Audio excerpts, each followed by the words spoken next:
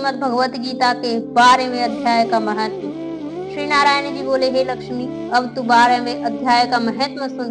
दक्षिण देश में एक सुखानंद नाम का राजा रहता था, जिसके नगर में एक अत्यंत नामक लंपट रहता था।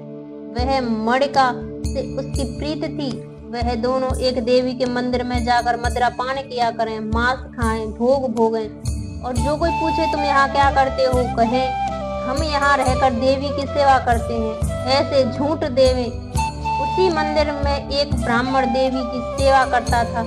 एक दिन उस ब्राह्मण ने देवी स्तुति की, तब देवी प्रसन्न होकर बोली, वर मांग, जो मांगेगा सो दूंगी। उसने धन संतान का सुख मांगा। देवी ने कहा, ब्राह्मण, अवश्य तुझे संतान सुख दूंगी, पर एक बात पहले इन दोनों का उद्धार कर ले। तब ब्राह्मण ने नारायण जी का तप किया। भगवान प्रसन्न हुए तथा नारायणी गरुड़ पर बैठकर आए और कहा, हे ब्राह्मण, तेरी क्या कामना है? ब्राह्मण ने पूछा, इन दोनों का उद्धार कैसे हो?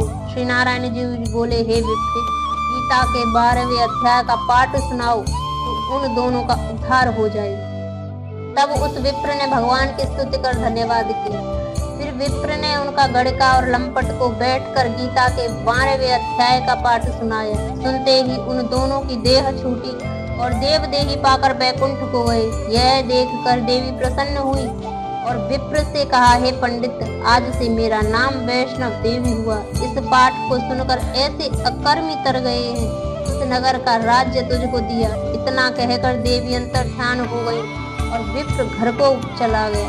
उस राजा के संतान न थी। राजा ने विप्र को बुलाया और राज्य देकर आप विरक्त होकर वन में तप करने को चला गया तथा विप्र राज्य करने लगा। श्री नारायण जी कहते हैं, हे लक्ष्मी, यह गीता जी के 12वें अध्याय का महत्व है, जो मैंने तुमसे कहा और तुमने सुना।